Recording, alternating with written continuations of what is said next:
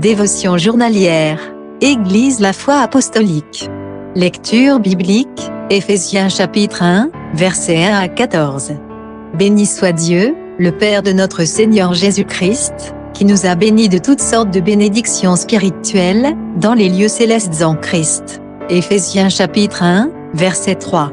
Toutes les bénédictions viennent de Dieu, le Père de notre Seigneur Jésus-Christ. Pour moi, l'une des plus grandes bénédictions en tant que chrétien, est de pouvoir prier, et obtenir une réponse de Dieu.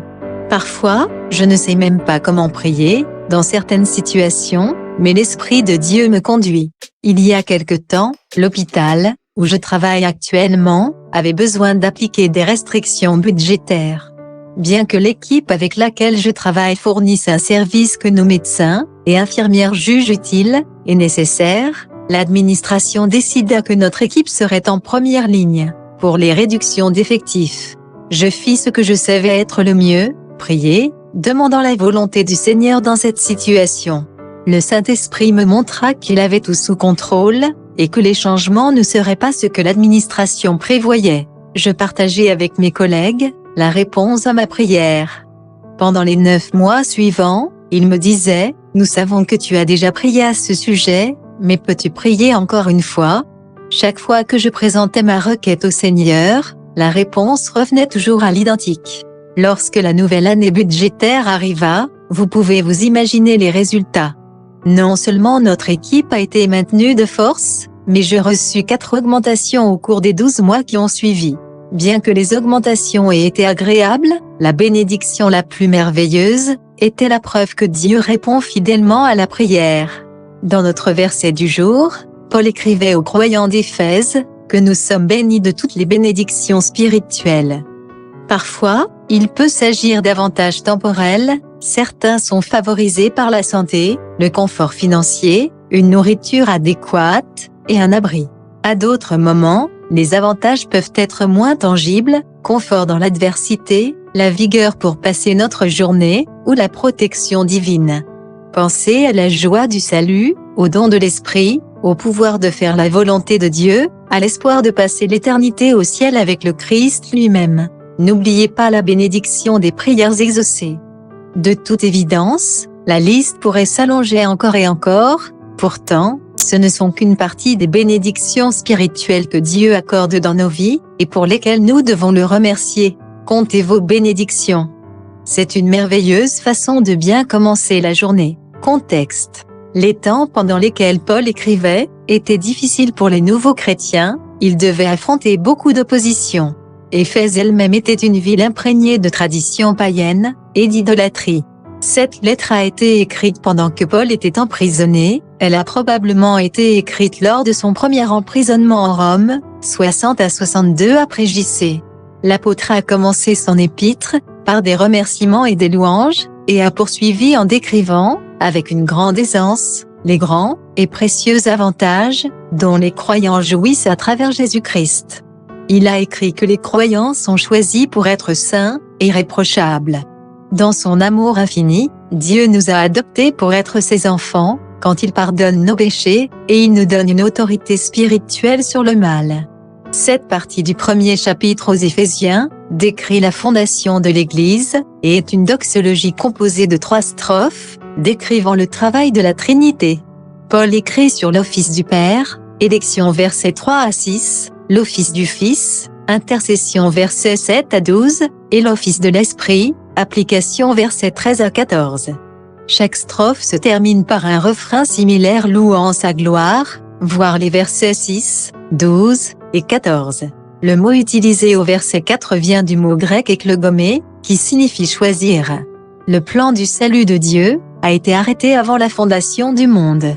Cette déclaration ne signifie pas que Dieu en a arbitrairement assigné certains au ciel, et consigné tous les autres en enfer.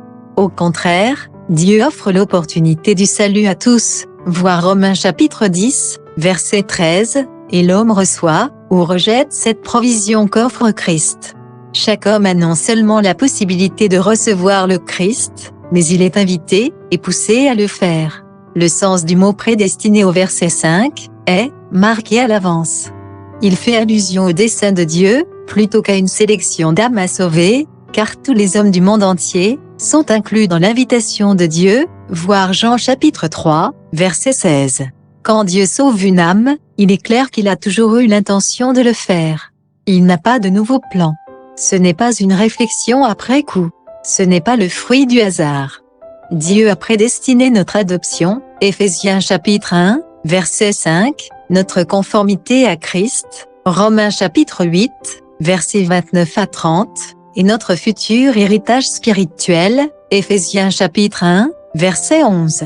Tout ce que Dieu a fait, nous pouvons être certains qu'il a toujours voulu le faire, et c'est tout ce que signifient les mots élection, ou prédestination. Regardez de plus près. 1. D'après le verset 4, pourquoi Dieu nous a-t-il choisis? 2. Quelles bénédictions spéciales, énumérées dans le texte, sont à notre disposition en tant que chrétiens? 3. Paul a dit qu'il bénit Dieu. Comment bénissons-nous Dieu? Quels sont les avantages de faire cela? Conclusion. Un des thèmes de l'épître aux Éphésiens est celui de la louange rendue à Dieu. Dans ses premières remarques, Paul a affirmé le fait glorieux que les croyants en Christ sont comblés des bienfaits de Dieu. Quand nous les examinons, comment pouvons-nous nous empêcher de le louer?